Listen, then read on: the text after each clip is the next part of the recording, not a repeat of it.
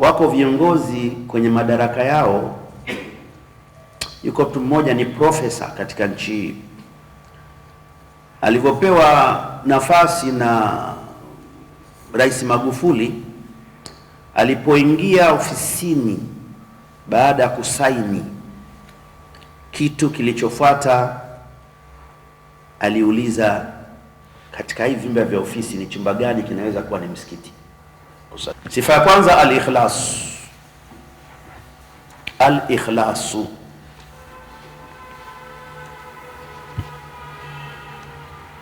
ni utakaso wa ibada. Utakaso wa ibada. Kama mtu anafanya ibada kwa ria, hajawa katika la ilaha illallah, hajawa. Fawailu lilmusallina alladhina hum an salatihim sahun. Alafu katika moja ya masharti ya la ilaha illallah ni kutekeleza fardhi zote, lakini kama unazitekeleza kwa ria bado. Na ndio tunayo sana hizi maulidi zetu zinafanyika hizi. Imamu Ibn Hajar al-Haythami rahmatu, mwaka wa 500 Hijria alishasema maulidi nyingi ni za hovyo, isipokuwa maulidi chache. Mwaka wa sasa hivi tuna 1447, zitakuwaje? Hovyo. Huwezi kufanya maulidi ukaifanya maulidi ni tangazo la biashara. Naona haya maziwa tumeletewa, tumekunywa hapa, haya maziwa yameletwa kwenye na kampuni fulani. Sio kazi maulidi hiyo. Al-ikhlas. Kuna watu wanafanya mambo katika dini kwa kuokopa cheo, kitaondoka bana cheo. Hata useme la ilaha illallah kila siku mara 70,000 kwa siku moja, haikujui. Sifa ya pili, na ndio lazima tujipime sisi. Sayyidina Umar radhiallahu anhu anasema tahasabu qabla an tuhasabu. Mjipime wenyewe, mjihesabu kabla ya kuhesabiwa. Na ndiyo kitu ambacho kilichomfanya Abubakar Siddiq radhiallahu anhu yeye awe ni bora baada ya mitume. Baada ya mitume, hapo mtu anayefuata kwa ubora ni Abubakar Siddiq radhiallahu anhu.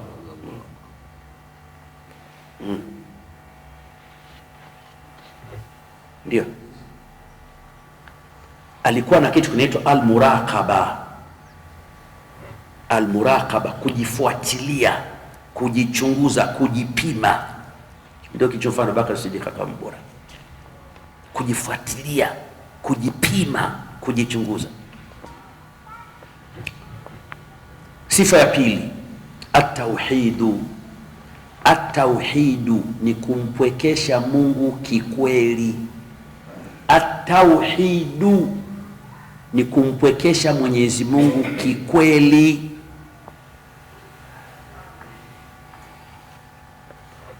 Na hii tunaanguka,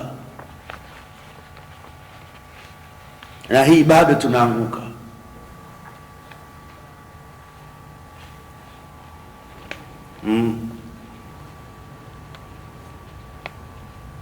Uislamu wetu bado una makasoro.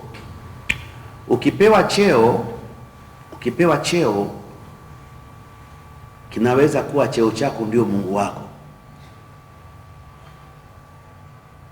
Wako viongozi kwenye madaraka yao. Yuko mtu mmoja ni profesa katika nchi hii, alivyopewa nafasi na Rais Magufuli, alipoingia ofisini baada ya kusaini, kitu kilichofuata aliuliza, katika hivi vyumba vya ofisi ni chumba gani kinaweza kuwa ni msikiti kusalia? Huo ndio Uislamu. Huo ndio kumtukuza Mwenyezi Mungu kikweli. hiyo hatuwezi. Hiyo kaingia binti mdogo sana Halima kwenye moja kati ya chuo cha Kikristo akiwa kama ni principal wa shule. Halima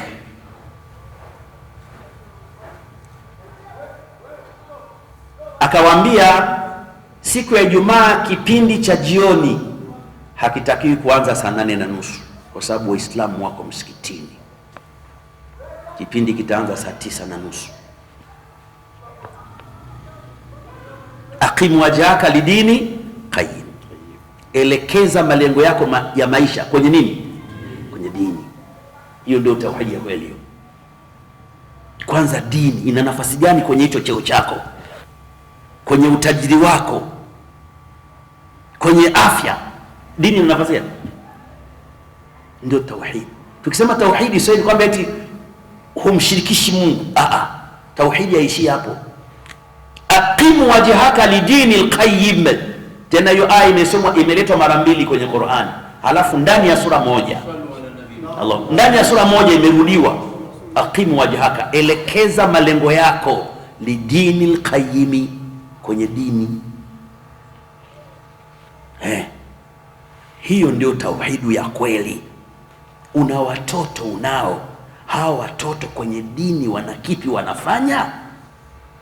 Sitambie tu huyu ana masters, huyu ana PhD, kahifadhi juzu ngapi? Hiyo wama umiru illa liyabudu Allah mukhlisina lahu din, ndio tulichoamrishwa. Dini mbele. Sifa ya tatu. Sifa ya tatu ya mtu ambaye akisema la ilaha illa Allah kweli inamsikia, inamjua na anapata natija na anakuwa kaipa la ilaha haki yake. Adaul faraidi, adaul faraidi, kutekeleza fardhi kisawasawa. Leo sala umesali qadha adhuri, lasiri tawahi, kesho kutwa vipindi vitatu hujaswali, utavikusanya. Afuza la ilaha illa Allah, la ilaha illa Allah, paka unalia la ilaha illa Allah. Fardhi zenyewe unazitia ndani ya wakati, nje ya wakati. Huyo mtu anamwambia mkewe nipikie chakula nile, alafu ajiita Muislamu hivyo bado. Adaul faraidhi, kutekeleza fardhi zote.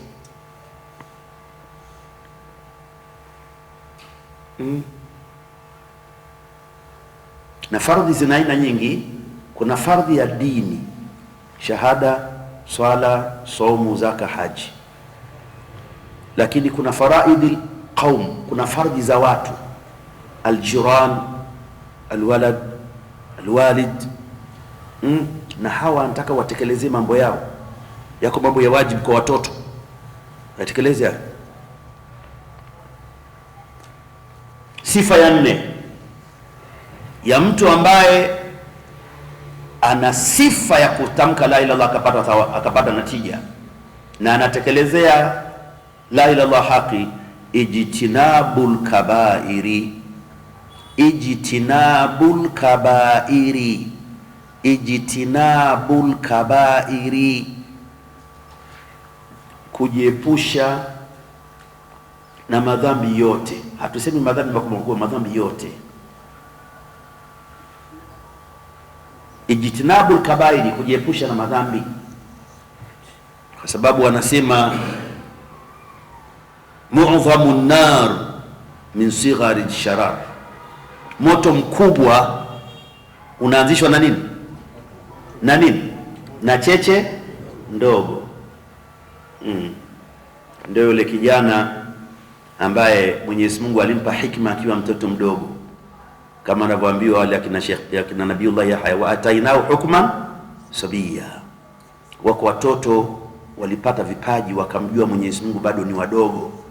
Kwa mfano Nabiullah Ibrahim alayhi salam, kabla hajapewa utume tayari alikuwa na hikma tokea mdogo, na ndiyo katika watoto ambao walitupwa lakini wakaweza kukua, walihifadhiwa katika nyakati ambazo wafalme walikuwa wanaua watoto.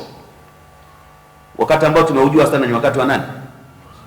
Wa Firauni, lakini sio Firauni peke yake, hata Namrudha alipata kuwa watoto, aliua watoto. Ikawa sasa vijana wanaisha, wakamshauri kama alomshauri Firauni, hasa mmebakia na wazee watupu, vijana hamna, maana mnaua vijana wa kiume, ikitokea vita sasa utapiganaje? Akaamua, akamshauri, mwaka mmoja ua, mwaka mmoja bakisha, mwaka mmoja ua, mwaka mmoja bakisha. Na ikatokea mtihani, mwaka wa kubakisha akazaliwa Harun, mwaka wa kuuawa akazaliwa nani? Musa. Na wakati wa Ibrahimu ilikuwa ni hivyo hivyo, mwaka mmoja wanaua wanaacha. Ikawa mwaka ambao Ibrahimu anazaliwa ndio mwaka wa kuua. Kama yake alipomzaa akamchukua akampeleka pangoni, akamkabidhi Mungu, ya Mwenyezi Mungu, kuliko mtoto wangu kuuawa naona,